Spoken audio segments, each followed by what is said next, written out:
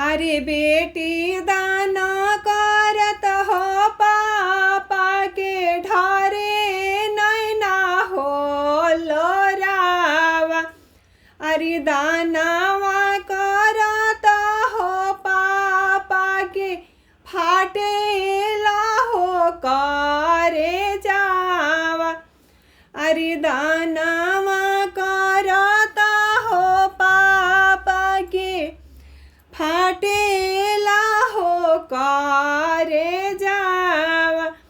अरे आजू भरा बाड़ू हो बेटी अपना पापा जी के पाजरावा।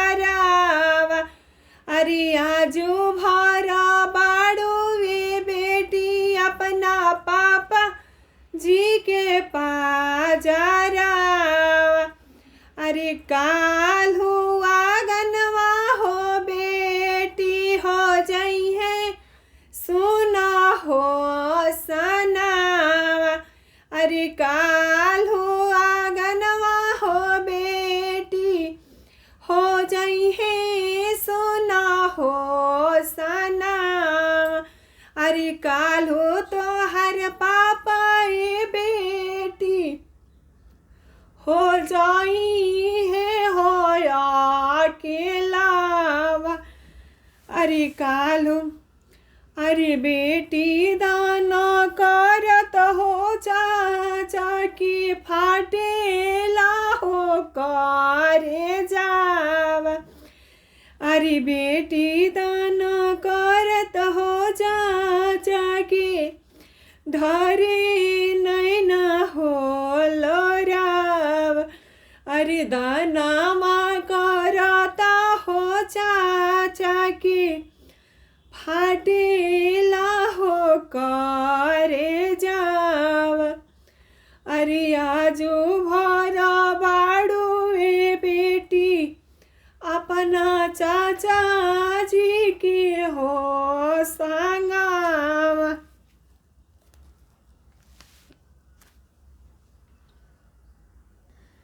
अरे आजू भरा बाड़ू हो बेटी अपना चाचा जी के पाजरावा।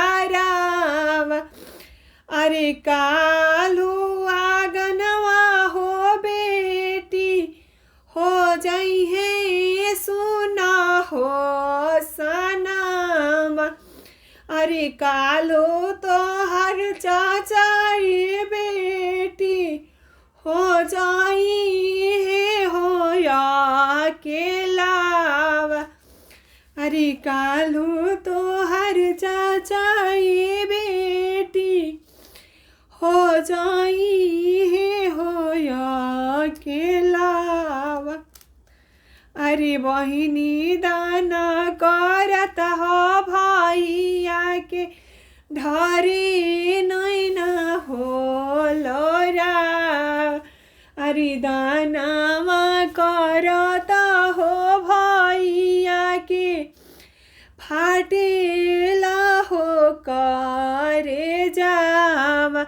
अरे दानावा करत में भैया के फाटेला हो करे जावा। अरे आजू भरा बाड़ू ए बहिनी अपना भैया के हो संगावा।